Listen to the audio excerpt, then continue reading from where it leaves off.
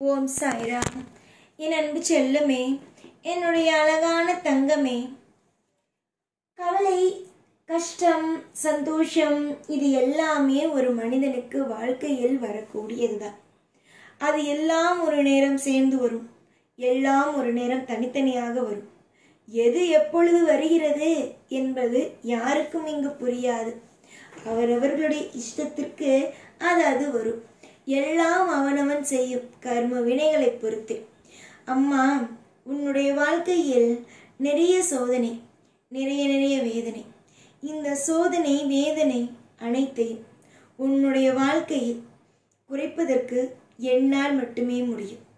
உன்னுடைய ஆயுள் மொத்தமும் எனக்கு நன்றாக தெரியும். உன்னுடைய வாழ்க்கையில் என்னென்னலாம் தேவை, என்னென்னலாம் தேவையில்லை, எப்படியெல்லாம் உன் வாழ்க்கையில் வாழ வேண்டும், எப்படியெல்லாம் ஒரு மனிதன் வாழ்க்கையில் வாழக்கூடாது என்பது அனைத்தும் தெரியும். இது எல்லாமும் ஏற்கனவே நான் சொல்லி கொடுத்தது தான். அம்மா இப்படி இரு, அப்படி இரு, இந்த விஷயம் செய், அந்த விஷயம் செய் என்று. ஆனால் உன்னிடம் ஒரு விஷயம் எனக்கு ரொம்ப பிடிக்கும். அது என்னவென்றால் சொன்ன பேச்சை கேட்டுக்கொள்வது. எப்படியாவது என்னுடைய பேச்சை நீ கேட்டு விடுவார். நான் இதுதான் சொல்கிறேன், அதுதான் சொல்கிறேன் என்றால் எப்படியோ என்னுடைய பேச்சை நீ கேட்டுக்கொள்வா. கண்மணி, கலங்கிய நிலைமை எல்லாம் போதும். எந்த நிலைமையிலேயும் உன் வாழ்க்கை இவ்வளவுதான் என்று கலங்கி நிற்காது. எத்தனையோ சுவாரஸ்யமும் எத்தனையோ விதமான அதிசயமும் அற்புதமும் உன்னோடு இருக்கும், உன்னோடு வந்து சேரும். காலம் முழுக்க கவலைகள் இருக்கும், கஷ்டங்கள் இருக்கும். இதற்கு நடுவே எப்படி சந்தோஷம் வரும் என்பதெல்லாம் நினைக்காதே. சந்தோஷம் எப்படி வேண்டுமானாலும், எந்த ரூபத்தில் வேண்டுமானாலும் வரும். அதை அவ்வளவு சீக்கிரமாக புரிந்து கொள்ளவோ இல்லை மற்ற விஷயங்களை இப்படிதான் இருக்கும், அப்படிதான் இருக்கும் என்று நிர்ணயிக்கவோ முடியாது. எதுவாக இருந்தாலும் கடந்துதான் ஆக வேண்டும். எல்லா விஷயத்தையும் போட்டு குழப்பிக்கொண்டாலும் வாழ்க்கையில் சங்கடங்கள் தான் மிச்சமாகும். அதனால் ஒன்று நன்றாக தெரிந்து கொள். சங்கடம் என்ற ஒன்று வருகிறது என்றால் முதலில் நீ என்ன செய்தாய், அது எப்படி கையாள வேண்டும் என்பதை புரிந்து கொள்ளுங்கள். ஏனென்றால் சங்கடங்கள் என்பது நீங்கள் எடுத்துக்கொள்ளும் விதத்தில்தான் இருக்கிறது. ஒரு நபர் எவ்வளவோ சங்கடங்கள் வந்தாலும் அதை கவனிக்க மாட்டான். எவ்வளவோ விதமான கஷ்டங்கள் வந்தாலும் அவன் கவனிக்க மாட்டான். அதுவே சிலர் கஷ்டமே வரவில்லை என்றாலும் சிலர் என்ன செய்வார்கள் தெரியுமா? ஐயோ, நமக்கு கஷ்டம் வந்துருமோ என்ற அதே நிலைமையிலேயே இருப்பார்கள். அதனால்தான் சொல்கிறேன், கஷ்டமோ நஷ்டமோ அனைத்தும் மாறும், அனைத்தும் ஒரு நல்ல நிலைமைக்கு கொண்டு வரும் என்பது. ஆனால் அதை யார் இங்கு புரிந்து கொள்கிறாய்? கஷ்டத்தையும் நஷ்டத்தையும் அனுபவித்தால்தான் நீங்கள் எப்பொழுதும் அடங்குகிறீர்களே தவிர நல்லது நடக்கும் என்று ஏதாவது ஒரு நாள் முழுமையாக ஏதாவது ஒரு நாள் நினைத்திருக்கிறீர்களா? ஏதாவது ஒரு விஷயம் தோன்றினால் அதையே பிடித்து கொண்டு இருக்கும் நீங்கள் ஒரு நல்ல விஷயம் நடக்கப் போகிறது, நல்ல விஷயம் உனக்கு கிடைக்கப் போகிறது என்றால் நம்புகிறீர்களா? நம்புவது அல்ல. இதுதான் நீங்கள். எப்பப்பத்தாலும் கவலைகளோடு இருக்கிறீர்கள். எப்பப்பத்தாலும் எல்லா நிலைமையிலேயும் வேதனை இப்படியே இருக்கிறீர்கள். இதெல்லாம் வாழ்க்கைக்கு தேவையே அல்ல. எல்லாம் மாறும். எல்லா விஷயத்திலேயும் ஒவ்வொரு விதமான மாற்றங்களும் ஒவ்வொரு விதமான ஏற்றங்களும் அமையும். இன்று சில விஷயங்களை நீ புரிந்து கொள்ளவில்லை, ஆனால் கூடிய சீக்கிரத்தில் உன்னுடைய வாழ்க்கையில் நடக்கும் ஒவ்வொரு விஷயத்தையும் புரிந்து கொள்வாய். நீ என்ன நினைத்தாலும் அது இப்பொழுது நடக்கவில்லை என்கின்றாய்.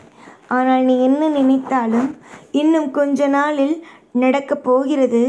அதை நீ புரிந்து கொள்வாய். நம்பிக்கையோடு இருந்தால் எல்லாம் வெற்றி. நம்பிக்கையை மட்டும் என்றும் எந்த நிலையிலும் கைவிட்டு விட வேண்டாம். நான் என்னுடைய பிள்ளைகளை ஒவ்வொரு நாளும் பார்க்கும் பொழுது எல்லாம் நான் சொல்லும் விஷயங்கள் ஒன்றே ஒன்றுதான். என்னவென்றால், உன் வாழ்க்கை மாறும். உன் வாழ்க்கை அமைதியாகும். எதற்கு கவலை, எதற்கு பயம் என்பதுதான். ஆனால் யார் இதை புரிந்து கொள்கிறாய்? முதலில் அதை சொல். யார் இதை புரிந்து கொள்கிறாய்? புரிந்து கொள்பவர்கள் புரிந்து கொள்ளுங்கள், நல்லது நடக்கும் என்று சொல்லலாம். ஆனால் இங்குதான் யாரும் புரிந்து கொள்வதே இல்லையே. எப்போ பார்த்தாலும் கவலைகளோடு இருக்கிறீர்களே. கவலைகளை மறந்து விடுங்கள். வாழ்க்கையில் நிம்மதிகள் வரும் என்று நம்புங்கள். நீங்கள் எந்த தெய்வத்தை வணங்கினாலும் சரி, சாயை தான் வணங்க வேண்டும் என்பதெல்லாம் அல்ல. எந்த தெய்வத்தை வணங்கினாலும் எல்லா தெய்வமும் உங்களுக்காக எப்பொழுதும் எல்லா நிலையிலும் துணையாக இருக்கும். நீ நினைத்ததை விட உன் வாழ்க்கையில் ஒரு செழிப்பு கிடைக்கும் பார்.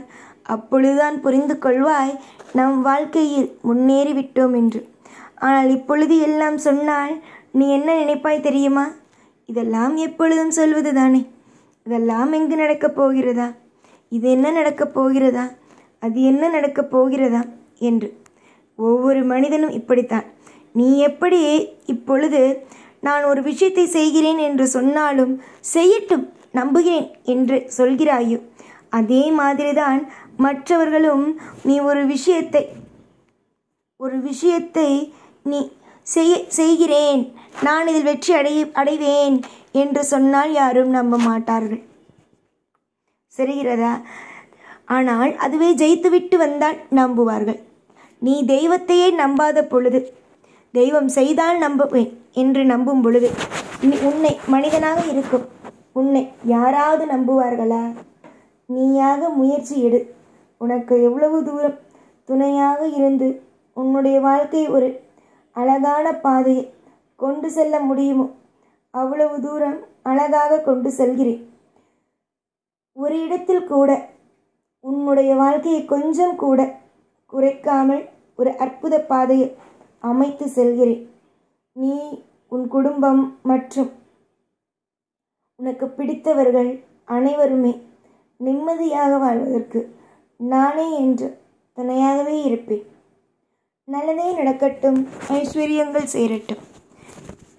இந்த சாய் ஆகிய நான் பல்லாண்டு காலம் உனக்கு லாபத்தை செய்து உன்னை வாழ வைப்பேன். எதிர்காலத்தையோ இல்லை எந்த ஒரு காலத்தையோ நினைத்து பயப்படாமல் நீ எப்பொழுதும் நல்லபடியாக இருப்பாய் என்று நம்பி ஒவ்வொரு விஷயத்தையும் செய். நல்லதே நடக்கும். எப்பொழுதும் எல்லா நாளும் உன் கூட இருந்து உன்னை எப்பொழுதும் ஆயுசு முழுக்கவும் நிம்மதியாக வாழ வைப்பேன். இந்த சாய்நான். ஓம் சாய்ராம்.